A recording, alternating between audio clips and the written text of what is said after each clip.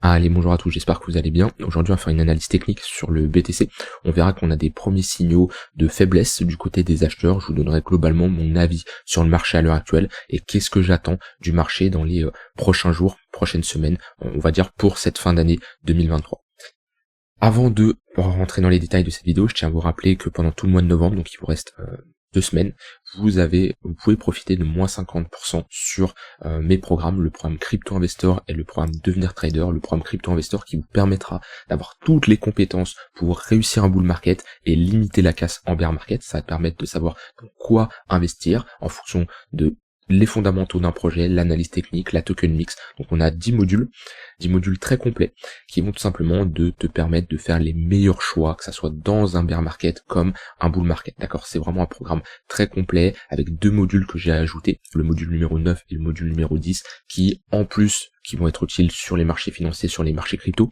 Ces 2 modules qui vont vraiment être utiles toute ta vie. Donc voilà, c'est un programme très complet pour ceux qui ne veulent pas spécialement trader, mais qui veulent tout simplement avoir les compétences pour savoir comment investir. Ce qu'il faut savoir, c'est que ce n'est pas aussi simple qu'on le pense de on investit dans une crypto, on hold pendant 2 ans et on fait un x100. Voilà, ça, la plupart des gens, c'est ce qu'ils ont fait en 2017 et tant mieux pour eux. Maintenant, le marché est différent et voilà, faire des x100, x10, ça demande quand même un minimum de connaissances au niveau des marchés et d'avoir tout simplement une méthode. Tout ça, je te l'enseigne dans ce programme-là. Le second, Devenir Trader, ça va te permettre d'avoir toutes les compétences pour développer une stratégie de trading, un setup de trading, en passant par l'analyse technique, l'order flow, voilà, créer son setup à soi. On a 15 modules, plus de 20 heures de vidéos. Les 2 programmes, il y a un accompagnement personnel vu que il y a des groupes privés qui regroupent toutes les personnes qui ont rejoint le programme. Donc ça permet de tout simplement déjà avoir les connaissances des autres, avoir de l'entraide, se motiver et aussi se créer un réseau. D'accord, c'est vraiment des personnes compétentes qui ont suivi les programmes et qui sont maintenant autonomes, que ça soit en investissement ou en trading. Si ça t'intéresse, les liens sont en description. T'as moins 50% jusqu'à fin novembre et si t'as des questions, n'hésite pas à venir me les poser en message privé.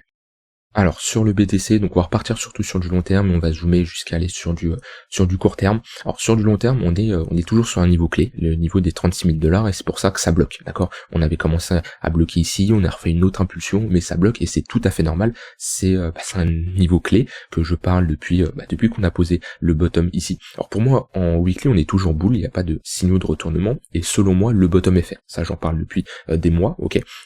Pour moi le bull run a commencé. Alors là ceux qui me connaissent pas, qui ne regardent pas spécialement mes vidéos et qui viennent de découvrir ici, ils doivent dire que ça y est, je suis en mode FOMO, je parle du bull run à 37 000 $, ça y est, le marché me fait perdre la tête. Non, le bull run, j'en parle depuis un moment, d'accord. Depuis qu'on est ici, pour moi, le bull run, il a commencé, et ce bottom là, j'ai pas parlé de bull run qu'on était ici, ça serait mentir. Par contre, si vous regardez mes vidéos que j'avais faites en décembre, janvier 2023, je vous avais bien dit que ici pour moi, on avait des chances d'être sur un bottom potentiel et qu'on a validé cette pattern de retournement. Vous savez que j'utilise pas énormément de patterns, d'accord, donc les failing wedge, les bullish flag ou autres, c'est pas des patterns que j'utilise. Par contre, la seule pattern que j'utilise le plus souvent, c'est les structures en W.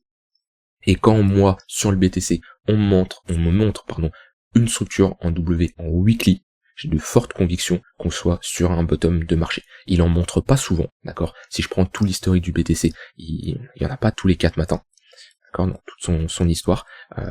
On en a une petite ici. Là, on a un triple bottom, d'accord, triple bottom.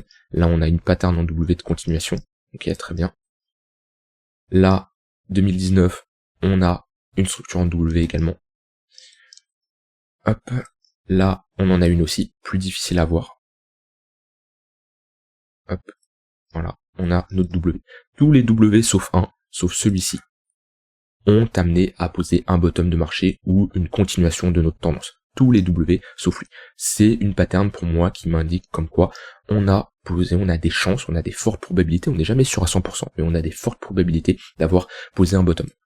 Donc comme je dis, pour moi le bull run a commencé, le bottom est posé, et pour moi BTC n'ira pas chercher sous ces 16 000 $. Peut-être je me trompe, et peut-être que les gens qui attendent les 14 000 $ depuis des mois, des années, ils auront leur porte d'entrée, mais il y a très peu de chance. Pour moi, aller chercher les 14 000 $ avec le TF spot qui arrive, alors ça sera sûrement un sell the news, mais surtout sur du court terme, l'halving qui arrive, pour moi, on a 10% de chance d'aller chercher les 14 000 $ et 90% de chance que le bottom ici soit fait. Enfin, c'est comme ça, j'estime, selon moi. Donc c'est pour ça que je suis bien in sur le marché. Actuellement, j'ai 85% de crypto et 15% d'USDT. Donc vous voyez que je suis quand même bien positionné depuis un moment. J'ai toutes mes positions qui sont dans le vert d'un point de vue long terme, sauf Polkadot, où j'ai pas la meilleure entrée, c'est vrai sur Polkadot, mais tout le reste Matic, je suis largement positif, Chainlink j'en parle même pas, je suis largement positif, Atom avec le staking, je suis en positif légèrement, parce que j'ai un prix d'entrée vers les 9,5 $, mais avec le staking que je fais depuis un long moment, j'ai quand même si je prends les jetons gagnés, j'ai une bonne entrée.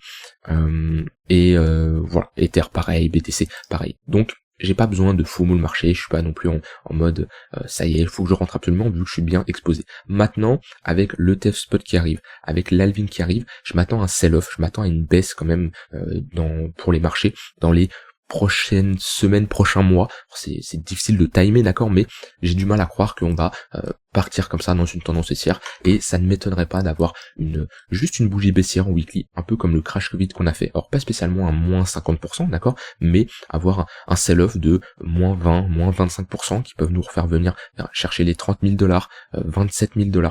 Ça peut être quelque chose de tout à fait réalisable si on retourne, si on a tout simplement le test spot qui est accepté, et ben ça j'en parle depuis un moment aussi, mais c'est buy the rumor, sell the news qui peut tout simplement arriver.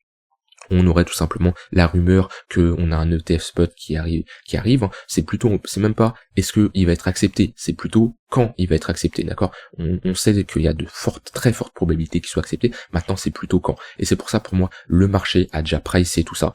On a cette hausse grâce à l'ETF spot, et il y a de grandes chances que quand ils sortent, on a une sell the news pour sortir un peu le monde qui sont rentrés récemment, et bon, ça me surprendrait pas en tout cas. Donc, est-ce qu'il y avoir des opportunités? Comme je dis, je peux pas prévoir, parce que là c'est un peu en mode, quand je parle de ça, c'est plutôt en mode sentiment de marché, d'accord. C'est pas, il y a rien de technique qui peut me montrer ça, hein, parce que la technique ne permet pas d'anticiper, d'accord. Je peux pas prévoir à l'avance le marché s'il va chuter ou continuer à augmenter, mais je m'attends à cette fin d'année, début 2024, un sell-off et une baisse de moins 20% sur le BTC, voire peut-être plus pour les cryptos. Donc moi je continue à me positionner sur des altcoins, parce que j'ai des setups qui s'enclenchent, j'ai des structures de retournement qui se mettent en place. Maintenant, voilà, méfiance tout de même, choisissez bien vos projets et rentrez avec un risque modéré. Donc ça c'est vraiment BTC sur du long terme. Est-ce que je pourrais rentrer là sur le BTC? Non, c'est trop tard. On a eu une occasion d'en accumuler dans notre zone de rechargement, c'est que ça, c'est une zone que j'apprécie énormément, où il y avait de quoi faire, d'accord, il y avait le temps. Donc la personne qui dit je n'ai pas eu le temps d'accumuler du BTC, c'était surtout qu'elle avait un biais psychologique, où elle attendait un BTC beaucoup plus bas, ou alors elle attendait le signal ultime, mais le marché n'envoie jamais de signal ultime, il t'enverra jamais le signal qui te dira ok, faut acheter, là où il y aura toutes les conditions qui seront réunies, d'un point de vue technique, d'un point de vue macroéconomique, d'un point de vue news en général, il y aura jamais la fenêtre parfaite qui sera ouverte, et c'est pas possible, d'accord. Donc après, voilà, c'est comment dire, des convictions personnelles, c'est de l'analyse technique, c'est faut porter ses couilles aussi, faut le dire, hein, quand t'investis, quand tu trades, à un moment faut se dire ok, là il y a l'opportunité, il y a un risque bien sûr qui est modéré, ok, ça c'est important, toujours comprendre le risque qu'on prend pour le reward, mais au bout d'un moment faut y aller, d'accord. Et comme je dis, il y aura jamais la fenêtre parfaite qui te dira tout est aligné et tu vas avoir l'entrée parfaite. Non, ça n'existe pas. Donc voilà, donc ça c'est BTC sur du long terme. Sur du plus court terme, qu'est-ce que j'ai à dire? Pour moi, on a un ralentissement du marché, on a une perte de momentum qui est validée du côté, on a une divergence baissière, donc on a un essoufflement des acheteurs. Donc pour moi ici on est sur un top temporaire et on est parti pour range. On range déjà depuis un moment, et pour moi on va continuer à range. On a ce pivot là qu'on avait vu ensemble, où on avait fait un pullback dessus, on l'avait cassé, on avait consolidé en dessous, on l'avait réintégré, là on a refait à nouveau un pullback. C'est un pivot très important, les 35 600 $. C'est un niveau qui va me permettre, moi, de savoir, tant qu'on évolue au-dessus, ok, il n'y a pas spécialement de signaux de retournement, c'est qu'on est en mode range, donc un biais plutôt neutre bullish, ok. Par contre, si on commence à passer sous ce niveau-là, je commencerai à avoir un biais neutre bearish, où on pourrait revenir chercher toute cette liquidité et potentiellement avoir une correction. Donc ça va être tout simplement un niveau clé qui me permet d'avoir un biais directionnel, qui me permet de savoir ok, je vais plutôt chercher des longues, je vais plutôt faire ci, mais là, au vu du marché comme ça, on a eu un bon rebond. Si on était parti ici faire un nouveau sommet, ça aurait été intéressant de surfer sur une tendance haussière. Maintenant, je vois ici qu'on est surtout dans un range, donc les extrémités basses vers les 35 500, 35 400, ça sera des opportunités de longue, et les extrémités hautes vers les 37 300, 400, 500 $, ça sera des opportunités de short. Si je mets mes moyennes mobiles, on a un tunnel 15 minutes qui est plat, on a un tunnel 1 heure qu'on a cassé et qui est plat. En général, qu'on casse les moyennes mobiles comme ça, c'est qu'on rentre globalement dans un range, d'accord? Donc range plutôt court terme qu'on casse le tunnel 15 minutes, range plutôt moyen, court moyen terme qu'on casse le tunnel 1 heure. Donc voilà, on est bloqué entre deux bornes. Maintenant, techniquement, un range précédé par une tendance haussière a plus de chances de casser à la hausse, comme on avait ici. Un range précédé par une tendance haussière, plus de chances de casser à la hausse. Là, on est en train de range, et notre support, c'est quoi? C'est le haut du précédent range, plus de chances de casser à la hausse. Maintenant, on a quand même des pertes de momentum, et plus vous arrivez tard dans une tendance, plus elle a de chances de se retourner. Donc rien n'empêche de chercher des longues, par contre un risque beaucoup plus faible, d'accord? Plus vous arrivez tard dans une tendance, plus vous réduisez votre risque. En tout cas, c'est comme ça personnellement, je préfère fonctionner. Voilà pour le BTC sur du court terme. Maintenant là on est le week-end, il n'y a pas trop de volatilité, on a une compression sur le momentum, on voit qu'on fait des sommets de plus en plus bas, on voit qu'on a des creux de plus en plus haut. Donc on a cette sorte de compression, et une résolution à la hausse ou à la baisse pourrait nous donner plus de probabilité d'avoir une continuation de tendance à la hausse ou une correction à la baisse. Donc voilà, comme je dis, si on a une correction, ce qu'il faudra regarder, c'est si on va chasser cette zone-là, comment on y va. Si on a une chasse à la liquidité et une réintégration, ça peut être une opportunité de longue pour être potentiellement dans un range un peu plus long terme, d'accord? C'est une éventualité, donc il faudra juste regarder de la manière on y va. Prise de liquidité, réintégration, petite pattern en W sur du 1 heure ou 4 heures, ça peut être une opportunité de longue avec comme target le milieu de range, donc les 35 500 $, voire le haut de range, mais ça sera une très bonne zone de sortie, ce milieu de range qui sera une grosse zone de résistance. Et si on a un break à la baisse et qu'on n'a pas spécialement de réintégration, on pourra aller chercher des niveaux comme les 31 000, 32 000 $, qui sont une très bonne zone pour chercher également des longues. Voilà pour le BTC. Niveau Bitcoin dominance, on a un rebond technique sur une zone de support. Pour moi, comme je le dis depuis un moment en weekly, on est plutôt sur une configuration où on va chercher à se positionner sur les altcoins. Pourquoi? Parce que au-dessus des 60%, pour moi, il y a très peu de chances que le BTC ait une dominance au-dessus de 60%. On a une confluence de niveau qui me dit comme quoi ça sera un gros niveau qui sera défendu. Alors il y a de la marge encore, c'est sûr que il y a de la marge pour aller chercher cette zone-là, mais on voit que on a un affaiblissement. Ce qui nous manque, c'est la pattern de retournement. On en avait fait une petite ici, ça n'a pas spécialement suffi. Voilà, ça serait bien d'avoir ici une pattern de distribution, mais voilà, on a vu déjà qu'on a eu juste une petite baisse comme ça, pas mal d'altcoins qui ont très bien performé. Ether, hop. Alors Ether, quant à lui, c'est ce pivot qui m'intéresse. On voit que c'est un niveau clé, où je vous avais clairement dit que si on a une clôture au-dessus de ce niveau-là, il y a quand même de grandes chances d'aller chercher les 2400 $, chose qu'on est en train de se faire rejeter. Ici on a notre clôture 2 semaines qui arrive dans 2 jours, c'est pas la chose la plus bullish d'avoir une prise de liquidité comme ça et ne pas clôturer au-dessus de ce niveau-là. On voit que les 1950 $, c'est un niveau clé. Un niveau là qui avait bien fait office de résistance auparavant. On a du mal à le casser ce niveau. Donc techniquement, si je prends en compte les autres charts, que c'est Ether, etc., ce genre de rejet comme ça, techniquement ça peut être un retour milieu de range. Maintenant il faut prendre en compte le contexte, où si le BTC pump, il y a de grandes chances que les altcoins pump, mais voilà, à chaque fois qu'on s'est fait rejeter, on a été rechercher notre milieu de range ici suite à ce rejet là. Donc techniquement, si on a une correction pareille sur le BTC, Ether pourrait revenir chercher les 1750 $.